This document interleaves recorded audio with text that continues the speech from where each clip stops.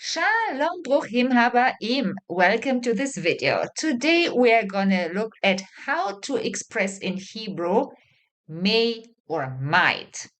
So, Hebrew is not distinguishing like English between may and might, even though in certain situations that might be a mini difference.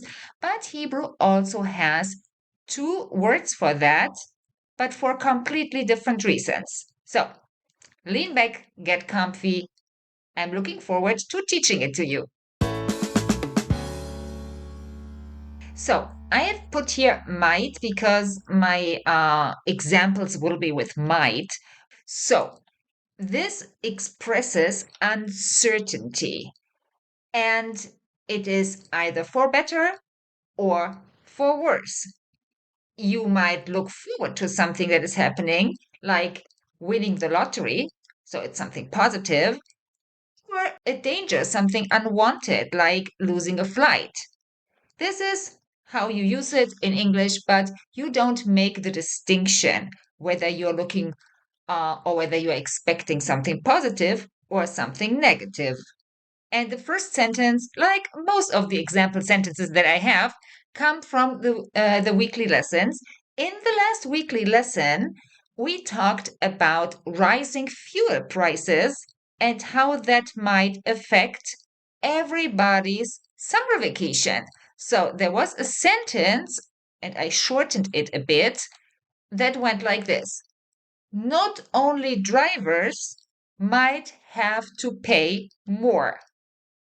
Now in Hebrew, לא רק נהגים עלולים לשלם יותר. I put this here like this. So, לא רק נהגים עלולים, might, לשלם יותר. So we are now going to talk here about עלולים. Of course, this is masculine plural. And in singular, it is alul. Now, alul is how you express something that is likely or possible, but, as I have showed you before, it is only used for unwanted or dangerous events. At the same time, this is an expression that is frozen in time. So do not try to look up the root and go through tenses. It's not going to work. Yeah. I will now show you how we use it for the different pronouns, and then we will see a couple of example sentences. So, alul, that we have in masculine singular, feminine singular, alula. Then we have alulim and alulot. If general and basic conjugations in present tense are still difficult for you or you are new to the subject, I recommend you have a look into my book. I leave all the links below in the description of this video.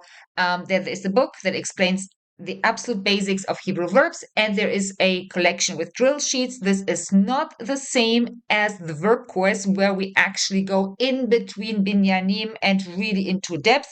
Yes, the book covers all the rules, but it's not going to teach you why this and not that and how do we do it in between.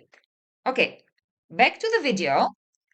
Another sentence. He might be late for the meeting.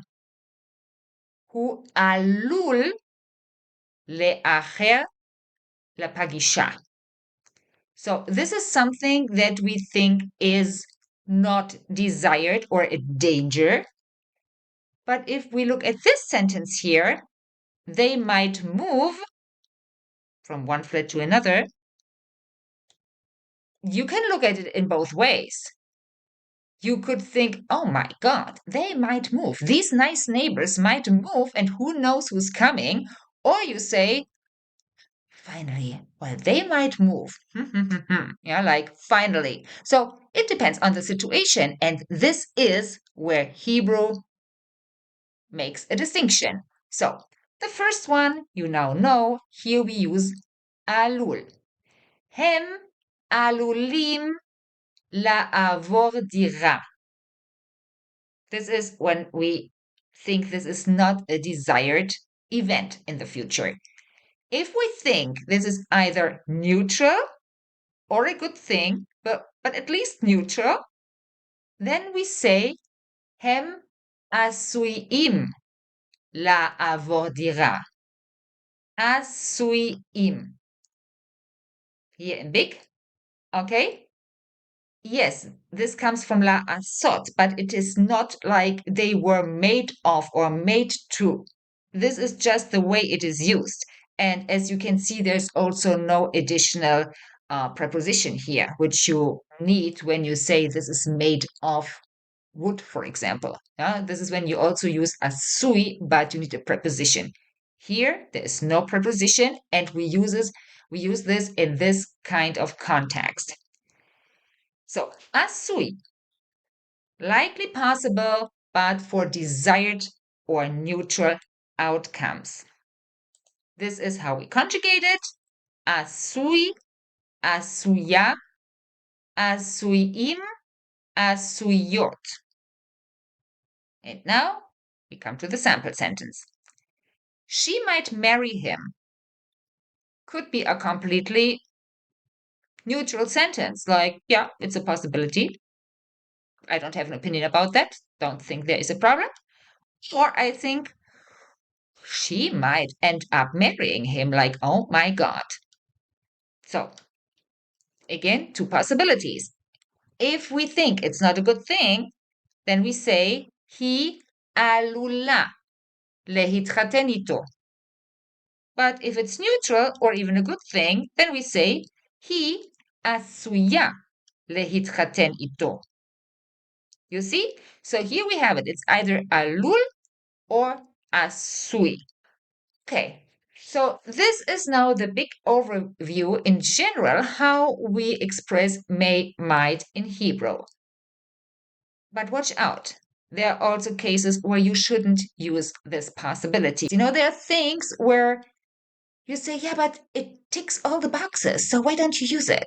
Well, this is exactly where you need exposure to the language to get a little bit of feeling for this. And exposure means that you get on a constant basis more exposure. So more information, more contact with the language. That does not mean that my Hebrew lessons every week, everybody should do them until the end and hopefully do it before the next arrive. No, you do what you can during that week, and then the next lesson comes and you go to the next lesson. This is how you make sure that you get a lot of exposure, a lot of different subjects. And if you only do half the exercises, at least you have done them in this context. So this here is the link to the weekly lessons where you can also get a free sample. But this is something that gives you exposure, which will lead to understanding and especially feeling with the language. So how not to use these two words? That is, for example, when you ask for permission. In English, may I come in? It's not alul, it's אפשר. אפשר להיכנס. This is about permission. Wishes and hopes. In English, it may work, I hope, I think. אולי, maybe. אולי זה יעבוד. Also, where you shouldn't use those two words is in a very simple maybe, like in casual speech. For example, maybe he comes later. Here again, אולי. אולי הוא יבוא. Maybe he will come. Or the past might have. So if you're talking about something that already happened in the past, but it could also be good or bad, this is not when we are going to use this. We use this only in the present tense, looking into the future tense.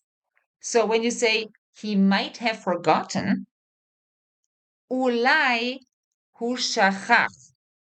So in the past, might have is אולי. Commands and suggestions. For example, in English, You might want to check this, saying, you better check this.